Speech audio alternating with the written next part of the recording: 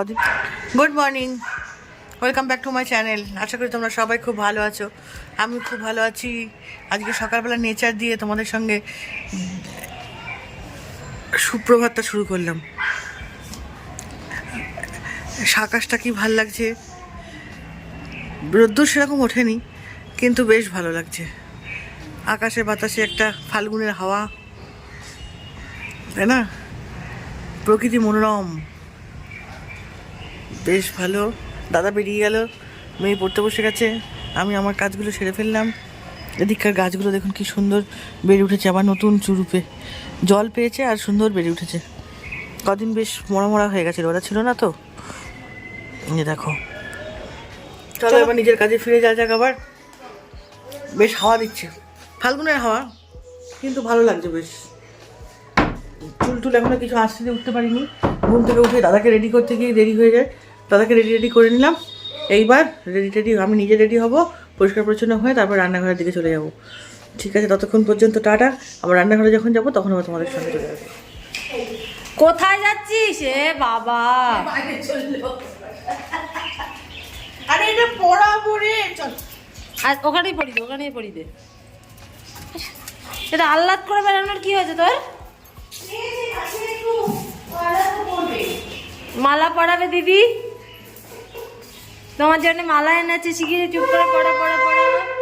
ওই দেখ বাবা, কি সুন্দর মালাটা। বলে বাবা, বলে বলে কোথায় গেল, কোথায় গেল, মুখ কোথায় গেল দেখি। এই সোনার বেল পড়েছিস? সোনার চেন, জন্মদিনের উপহার। সুইটিকে জিজ্ঞেস কর, সুইটিকে জিজ্ঞাসা কর যে আমার উপহার কই।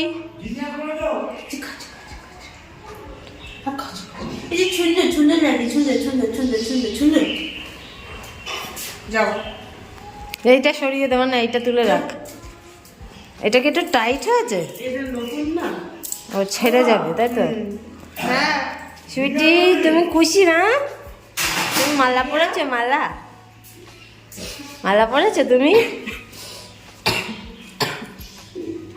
আল্লাদ আল্লাদ আল্লাদ আল্লাদ।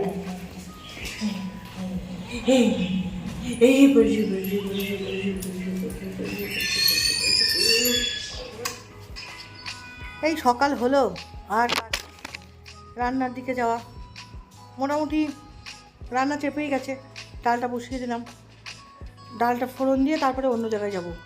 আর দুদিন ধরে যা ঠান্ডা পড়েছে তাতে তো গা হাত পা ঠান্ডা হয়ে যাচ্ছে, ভাল লাগছে না।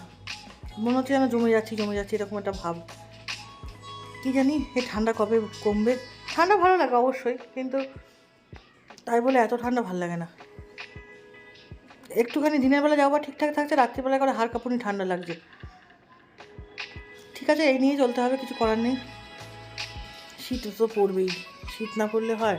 শীতের সময় শীত পড়বে না তো কী যে বলি আমরা। যত দেখবেন দৌড়ঝাঁপ করে কাজ করছেন তত দেখবেন যে শীতটা কম লাগে। একটু বসে বসে থাকলেই শীতটা বেশি লাগে। কালকে অনেক দিন পরে আমার গীতুদির সাথে কথা হচ্ছিল, হোয়াটসঅ্যাপেই হয়, চ্যাটেই হয়। ও অনেক কথা বললো, আর ওর সঙ্গে কথা বলতে খুব ইচ্ছা করে মাঝে মাঝেই, মনটা যেন ভরে যায় ওর সঙ্গে কথা বলতে গেলে। ডাল কমপ্লিট, ঢেলে ফেলবো, দিয়ে এবার লাউ শাকটা বসাবো। সকাল থেকে কাজের কোনো গতি কিছু খুঁজে পায় না, সব এদিক ওদিক হয়ে যায়। কখন যে কী করবো না বুঝে উঠতে পারি না।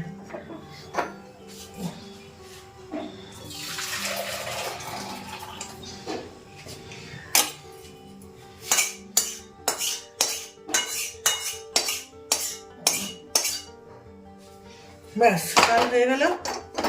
লাউ শাকটা বসিয়ে দেবো। লাউ শাক কাটাও হয়ে গেছে।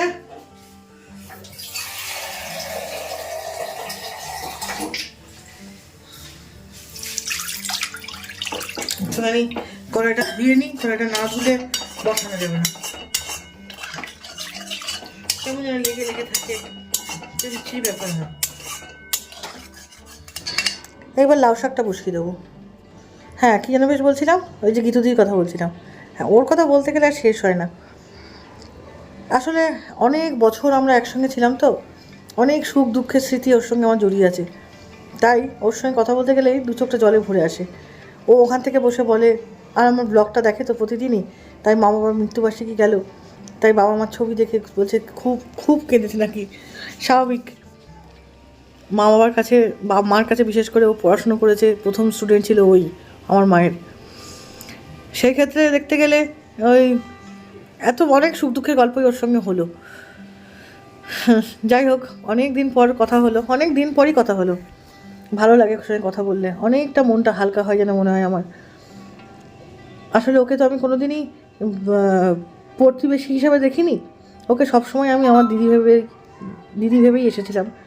ওর কাছে পড়াশুনো করা, ওর কাছে ওর দাদার কাছেও পড়াশুনো করেছি আমি, ওর কাছে লেখাপড়া করেছি আমি। খুব ওই সময়টা একটা সত্যি একটা গোল্ডেন পিরিয়ড ছিল, সত্যিই খুব সময় ভালো ছিল। আমার ছেলেমেয়েরা তো কিছুই পেলো না এইসব, আমরা অনেক কিছু পেয়েছি। যাই হোক, আলুটা ছেড়ে দিলাম। আলুটা ছেড়ে দেওয়ার পর আলুটা একটু ভাজা ভাজা হলেই বেগুনগুলো দিয়ে একেবারে বড়িটা দিয়ে বসিয়ে দেবো। আর এই ঠান্ডায় সকালে উঠে একটা দুটো কাজ করতে করতেই কীরকম হাত পাটা ঝুমে যায়, যে কোথা থেকে যে টাইম বেরিয়ে যায় তারই হুঁশ থাকে না। আর আমি যদি তার সাথে না দৌড়ই তাহলে তো কাজ সব থেমে থাকবে। এই বাড়িতে ঘরে দৌড়োতেই জীবন বেরিয়ে যাচ্ছে, তার মধ্যে আবার বাইরের কাজও থাকে কিছুটা, দাদার দোকানে যেতে হয়, ইলেকট্রিকের বিল দিতে হয়, তারপরে তোমার আরও অনেক কাজ থাকে, ইলেকট্রিক সাপ্লাই যেতে হয়। আর ইলেকট্রিক সাপ্লাইতে শুধু লাউ শাকে জল দিয়ে দিলাম। এইবার একটুখানি ফুটে উঠুক, সবজিগুলো সিদ্ধ হয়ে যাক, তারপরে এই যে করে রেখেছি একটুখানি কালো জিরে আর দুধ দিয়ে এটা ঢেলে দেবো। আমার শ্বশুর শাশুড়ি খুব খেতে ভালোবাসছে এটা, এই লাউ শাকের ঝোলটা আমার হাতে এরমভাবে করলে। আর এখন আর তারা নেই, আর বলে লাভ নেই। ঠিক আছে, চলো দেখি।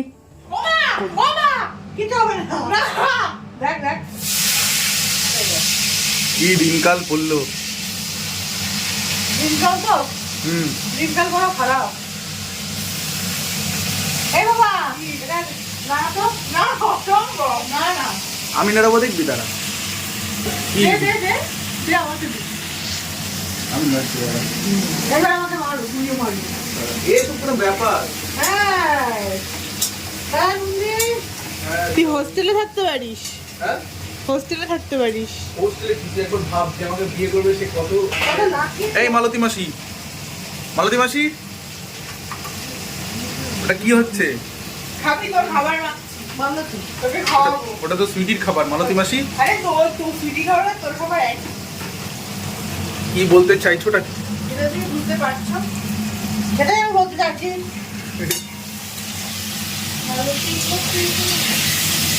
বাবা, হ্যাঁ ঘুমাবো। যা ঘুমাবে যা। কাজ করতে করতে ঘুমের চিন্তা করতে নেই। হ্যাঁ, কে বলে এই কথা? আমার ছুরি কই, ছুরি? একটু বসে কমলা লেবু খাচ্ছি আমি, আর এই যে শয়তান শয়তান বাচ্চা শুয়ে পড়লো।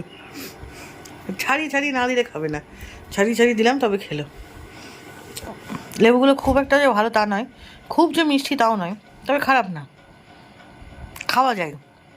আগের দিনগুলো যেমন খুব মিষ্টি ছিল, এগুলো একটু টক। একটু বেরোচ্ছি, এই মেয়ের একটা বন্ধুর বাড়ি যাচ্ছি, একটু দরকার আছে, ওখান থেকে ফিরে আমি আপনার সাথে কথা বলবো। জানিস? এসে গেলাম অনেকক্ষণ পর, আবার আপনাদেরকে ওয়েলকাম করতে। জামা কাপড়টা ছাড়ি, ছেড়ে রান্নাঘরে যাবো, জিনিসপত্রগুলো রাখি। মেয়ের কাছে যেহেতু মেয়ের হাতে সব জিনিসপত্র আছে, আমি আর নিয়ে সিঁড়ি দিয়ে উঠিনি কিছু। এবার নিয়ে এই যে নিয়ে এসেই রেখে দিয়েছে এগুলো, আগে ঢুকেছে ও যেহেতু, কারণ হচ্ছে আমার জিনিস রয়েছে, ও আগে না ঢুকলে অসুবিধা দিয়ে, তাই জন্য এবার জামা কাপড়টা ছেড়ে গিয়ে ভাতটা বসাবো। আজকে ভাতই করবো, তরকারি সবজি টবজি রয়েছে তো বাবা ফোন করেছিল, বাবাকে ফোন করে নেবো, নিয়ে তারপর রান্নাঘরে ঢুকে যাবো। চলো রান্নাঘরের দিকে ঢুকে যাই। নুনের দানিটা এখানে, নুন দানিটা নেবো। কে বলে দাও বাবাকে, কি বলবো? ঢুকে গেছি, ভাত বসাতে গেছে মা। হ্যালো, বাড়িতে ঠিক আছে চলুন মাছ আছে। হুম, এইটা গরম করে নাও না, ফ্রিজে জায়গা নেই এত রাখার। দেখ ভাতটা বসিয়ে দিলাম, চালটা ফেলবো, তাহলেই হয়ে যায়।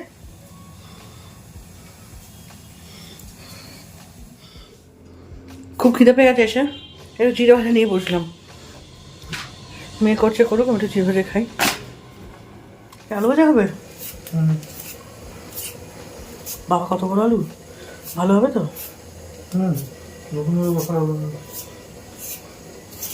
ছাড়ি দাও, আমি কেটে নিচ্ছি সুন্দর করে। আমি কেটে দিচ্ছি। ছাড়িয়ে দাও দেখি, ছাড়িয়ে দাও দেখি, আমি তারপরে আস্তে আস্তে করে নেবো। খোসাগুলো ফেলে দাও।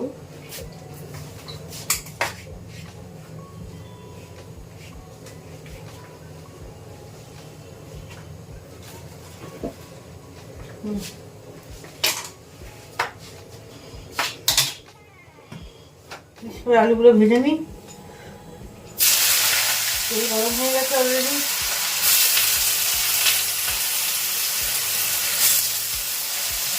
বাবা একটু করে দিল, আলুটা কেটে দিল সুন্দর করে। হ্যাঁ আসছি বাবা।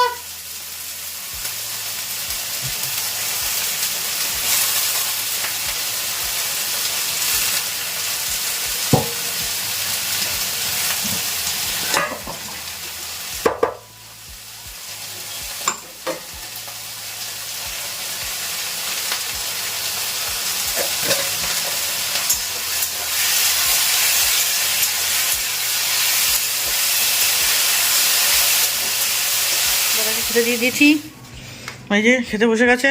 কি ভদর ভদর করছে খেতে খেতে, কি জানি কি বলছো?